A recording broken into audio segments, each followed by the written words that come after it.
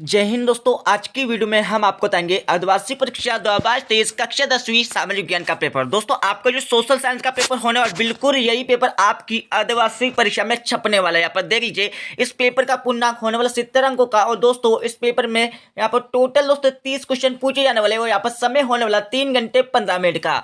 सबसे पहले दोस्तों आपको यहाँ पर कुछ निर्देश दिए हुए, इन निर्देशों को आपको अच्छे से पढ़ लेना है। इनको पढ़ने के बाद दोस्तों आपके पहला क्वेश्चन पूछा जाने वाला है। पहला क्वेश्चन देखने से पहले यहाँ पर देख लीजिए, प्रश्न 1 से 10 तक प्रत्येक 1 अंक का है। मतलब दोस्तों आपका यहाँ पर क्वेश्चन 1 से लेकर 10 तक प्रत्येक क्वेश्चन आपकी परीक्षा में 1-1 नंबर के पूछे जाने वाले हैं। तो पहला क्वेश्चन देख लीजिए, पूछा है इंडिका के लेखक कौन है, यह आपको बताना है। इसका उत्तर आपको इस वीडियो के लास्ट में मिल जाएगा। दोस्तों अब आपके दूसरा क्वेश्चन देख लीजिए, बलबन ने किस प्रथा की शुरुआत की, इसके बारे में आपको लिखना है, उनका नाम आपको लिखना है। ठीक है, इसका उत्तर आपको इस वीडियो के लास्ट में मिल जाएगा। दोस्तों अब आपका तीसरा क्वेश्चन देख लीजिए, व्यक्तिगत सत्याग्रह के प्रथम सत्याग्रही कौन थे, इसके नाम आपको लिखना है। दोस्तों अब आपका चौथा क्वेश्चन यहाँ पर देख लीजिए, आप पूछा है भारतीय राष्ट्रीय कांग्रेस की स्थापना कब हुई, इसके बारे में आपको बताना, सन आपको लिखना है। अब दोस्तों आपके पांचवें क्वेश्चन देख लीजिए, आप पूछा है विधानसभा की सदस्यता के लिए कितनी न्यूनतम आयु सीमा निर्धारित है, तो इसका आंसर आप लगा लीजिए। इसमें आपका यहाँ पर 25 वर्ष इसमें आ जाएगा। ठीक है, अब दोस्तों आपके अगला क्वेश्चन देख लीजिए, आप पूछा है जहांगीर के दरबार में कौन सा ब्रिटिश दूत आया था, इसके बारे में आपको बताना है। इसका उत्तर आपको इस वीडियो के लास्ट में मिल जाएगा। दोस्तों अब आपके पास सातवां क्वेश्चन देख लीजिए, भारत की पहली विद्युत रेल का नाम आपको लिखना है। इसका उत्तर आपको इस वीडियो के लास्ट में मिल जाएगा। दोस्तों अब आपके पास आठवां क्वेश्चन देख लीजिए, आप पूछा है आधुनिक दुनिया में संसदीय लोकतंत्र का आदर्श उदाहरण कौन सा है, यह आपको बताना है। इसका उत्तर भी आपको इस वीडियो के लास्ट में मिलने वाला है। दोस्तों अब आपका नौवां क्वेश्चन देख लीजिए, आप पूछा है परमाणु खनिज कौन कौन से, उनके नाम आपको लिखना है इस क्वेश्चन में। 10वां क्वेश्चन देख लीजिए, भारतीय कृषि को ऋतुओं के आधार पर कितने ऋतुओं में विभाजित किया गया, तो इसका आंसर आप लिख लीजिए। इसमें आपका आ जाएगा 3। ठीक है, अब दोस्तों हम चलते हैं अगले क्वेश्चन पर। यहाँ पर दोस्तों 11वां क्वेश्चन देख लीजिए। 11वां क्वेश्चन देखने से पहले दोस्तों आपको यहाँ पर कुछ नोट दिए, प्रश्न 11 से 19 तक प्रत्येक 2 अंक का है। मतलब दोस्तों आपका यहाँ पर क्वेश्चन नंबर 11 से लेकर 19 तक प्रत्येक क्वेश्चन आपकी परीक्षा में 2-2 नंबर के पूछे जाने वाले, और इनके उत्तर आपको परीक्षा में 50 शब्दों में लिखना होगा। तो आपका यहाँ पर 11 क्वेश्चन देख लीजिए, यहाँ पर पूछा है समुद्रगुप्त के सांस्कृतिक योगदान को इस पर कीजिए। दोस्तों ये आपकी परीक्षा में 2 नंबर का पूछे जाने वाले।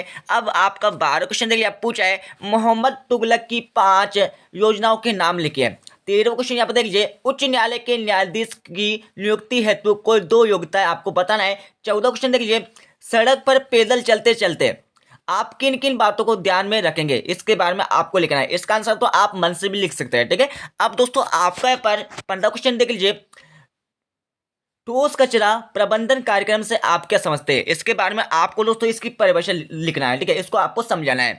अब दोस्तों आपका 16 क्वेश्चन देख लीजिए, राजस्थान में जल संरक्षण की कोई 2 परंपरागत विधाओं का उल्लेख कीजिए। मतलब दोस्तों राजस्थान में जल संरक्षण, जल को बचाने के लिए आपको 2 परंपरागत विधियों का नाम आपको बताना है और उनका उल्लेख आपको करना है। अब दोस्तों आपके पास 17वां क्वेश्चन देख लीजिए, भारत में गरीबी निवारण हेतु अपनाए गए कोई 2 उपाय आपको बताना है। तो बहुत सिंपल पेपर दोस्तों, बहुत सरल पेपर, इस पेपर को पूरा याद कर लीजिए। अब दोस्तों आपके पास 18वां क्वेश्चन देख लीजिए, कलिंग युद्ध के 2 आपको परिणाम बताना है। 19 क्वेश्चन देख लीजिए, राज्यपाल की सविवेक शक्तियां बताइए। तो दोस्तों ये आपका क्वेश्चन नंबर 11 से लेकर 19 तक के 2-2 नंबर क्वेश्चन कंप्लीट हो गए। अब दोस्तों हम चलते हैं अगले क्वेश्चन पर। सबसे पहले आपको यहाँ पर कुछ नोट दिए, प्रश्न संख्या 20 से 25 तक प्रत्येक प्रश्न 3 अंक का है। इनके उत्तर आपको परीक्षा में 100 शब्दों में लिखना होगा। तो आपका 20वां क्वेश्चन देख लीजिए, यहाँ पर पूछा है बिजोलिया किसान आंदोलन को समझाइए। 21 क्वेश्चन आप देख लीजिए, जनसंख्या वृद्धि किसे कहते हैं, इसके 2 कारण आपको बताना है। तो ये बहुत सिंपल है, बहुत सरल क्वेश्चन दोस्तों। यहाँ पर 22 क्वेश्चन देख लीजिए, आर्थिक नियोजन की अवधारणा को समझाइए। अब दोस्तों आपका 23वां क्वेश्चन देख लीजिए, विधिक जागरूकता लाने हेतु सरकार ने कौन से उपाय किए, इसके बारे में आपको बताना है। यहाँ पर 24 क्वेश्चन देख लीजिए, संस्थागत एवं गैर संस्थागत वित्तीय स्रोतों में कोई 4 अंतर आपको बताना है। अब दोस्तों आपका 25वां क्वेश्चन देख लीजिए, भारत सरकार की किन्हीं 2 परियोजना का वर्णन कीजिए। तो भारत सरकार ने कौन सी परियोजना यहाँ पर चालू की है, उनके आपको नाम लिखना है, नाम के साथ दोस्तों उनका आपको वर्णन करना है। ठीक है, अब दोस्तों हम चलते हैं अगले क्वेश्चन पर। तो यहाँ पर देख लीजिए आपका यहाँ पर प्रश्न संख्या 26 जो आपकी परीक्षा में आने वाला 4 नंबर का। और दोस्तों इसका उत्तर आपको यहाँ पर 150 शब्दों में लिखना होगा। ठीक है दोस्तों, आपका 26 क्वेश्चन देख लीजिए, राष्ट्रपति की आपातकालीन शक्तियों की विवेचना कीजिए। दोस्तों पेपर को पढ़ने से पहले आप चैनल को सब्सक्राइब कर लीजिए, क्योंकि दोस्तों हम आपके लिए बहुत मेहनत करते हैं पेपर लाने के लिए। ठीक है, इसलिए तो आप चैनल को सब्सक्राइब कर लीजिए। ठीक है, और इस पेपर को पूरे याद कर लीजिए। अब दोस्तों आपके पर अगला क्वेश्चन दिया दोस्तों, यहाँ पर देख लीजिए, प्रश्न संख्या 27 से 29 तक प्रत्येक प्रश्न 5 अंक का पूछा जाने वाला है, और दोस्तों इनको आपको 200 शब्दों में लिखना होगा। तो आपका यहाँ पर 27 क्वेश्चन देख लीजिए, 27 क्वेश्चन में भी आपको यहाँ पर 8 क्वेश्चन दिया है। तो यदि आप दोस्तों इस क्वेश्चन के आंसर को याद करना चाहो दोस्तों तो इसको याद कर लीजिए, यदि दोस्तों आपको इसको याद करना चाहो दोस्तों तो इसको याद कर लीजिए। ठीक है, अब दोस्तों हम चलते हैं अगले क्वेश्चन पर। तो आपके यहाँ पर 28 क्वेश्चन देख लीजिए, इटली के एकीकरण को विस्तार से समझाइए। तो यहाँ पर क्वेश्चन पूछा है, औद्योगिक क्रांति का प्रारंभ सर्वप्रथम इंग्लैंड में ही क्यों हुआ? कोई 4 कारण आपको बताना है, तो आपको दोनों में से एक क्वेश्चन का आंसर याद कर लेना है। अब दोस्तों आपके पास 29वें यहाँ पर क्वेश्चन देख लीजिए, राज्य प्रशासन में मुख्यमंत्री की भूमिका की विवेचना कीजिए। तो राज्य प्रशासन में मुख्यमंत्री की भूमिका क्या रहती है, इसके बारे में आपको लिखना होगा। अब दोस्तों आपके पर इस पेपर का आपका लास्ट क्वेश्चन बचा दोस्तों, आपका 30 क्वेश्चन।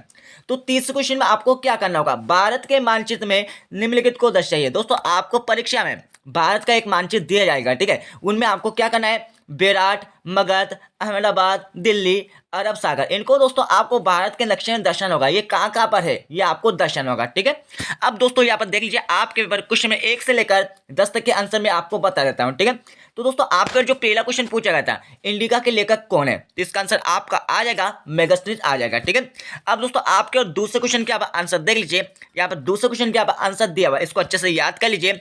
यहाँ पर तीसरे क्वेश्चन के आप आंसर देख लीजिए, तो यहाँ पर दिया दोस्तों विनोबा भावे।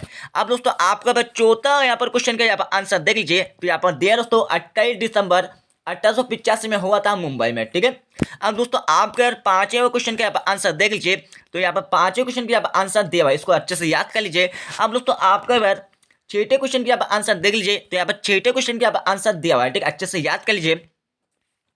अब दोस्तों आपके पास 7वें क्वेश्चन के आप आंसर देख लीजिए, तो यहाँ पर 7वें क्वेश्चन के आप आंसर दिया हुआ, इसको अच्छे से याद कर लीजिए। अब दोस्तों आपके पर 8वें क्वेश्चन पूछा जाता है। ठीक है, तो यहाँ पर 8वें क्वेश्चन के बाद दोस्तों आंसर दिया हुआ है, तो आप इसको अच्छे से याद कर लीजिए। अब दोस्तों आपके पर 9वां क्वेश्चन के आप आंसर देख लीजिए, तो यहाँ पर दोस्तों परमाणु खनिज के नाम लिखने के लिए बोला गया था, तो यहाँ पर इसका उत्तर दिया है दोस्तों, इसको अच्छे से याद कर लीजिए। अब दोस्तों आपके पर 10वें क्वेश्चन के आंसर देख लीजिए। ठीक है, तो भारतीय कृषि को ऋतु के आधार पर 3 भागों में विभाजित किया गया है। ये आपको क्वेश्चन पूछा गया था, कितने भागों में विभाजित किया गया है। ठीक है, तो ये पर आ जाएगा आपका 3 भागों में विभाजित किया है। ठीक है, तो दोस्तों मैंने आपको यहाँ पर इस पेपर के क्वेश्चन में 1 से लेकर 10 तक के उत्तर बता दिए। अब दोस्तों आपको क्या करना है, क्वेश्चन में 11 से लेकर 30 तक के आंसर आपको आपकी बुक से देखकर याद कर लेना है। ठीक है, और इस पेपर को पूरे याद कर ले दोस्तों, क्योंकि दोस्तों यही पेपर आपकी परीक्षा में छपने वाला बिल्कुल यही है। ठीक है, तो मिलते हैं अगले वीडियो में, जब तक जय हिंद, वंदे मातरम।